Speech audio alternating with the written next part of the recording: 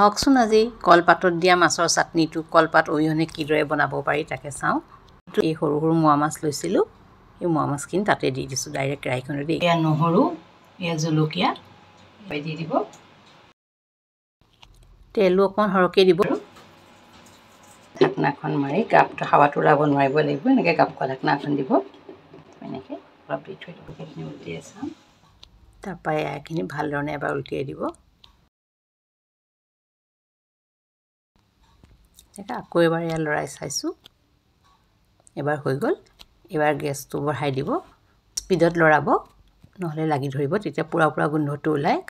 এইখিনি হৈ গ'ল, এতিয়া ধুনীয়া পুৰা পুৰা গোন্ধ এটা ওলাইছে। এয়া দেখিছেনে এনেকুৱা হৈ গৈছে। এতিয়া মই এইখিনি নমাই থ'ম, গেছ অফ কৰি দিম।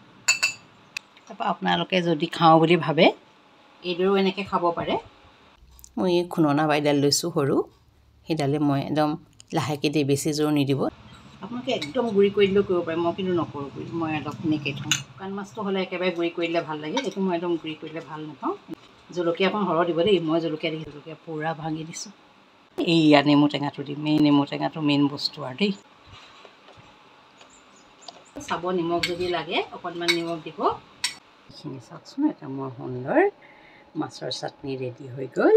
এই মাছৰ ভিডিঅ'টো যদি আপোনালোকৰ ভাল লাগিছে, আপোনালোকে ঘৰত ট্ৰাই কৰিব নিশ্চয়।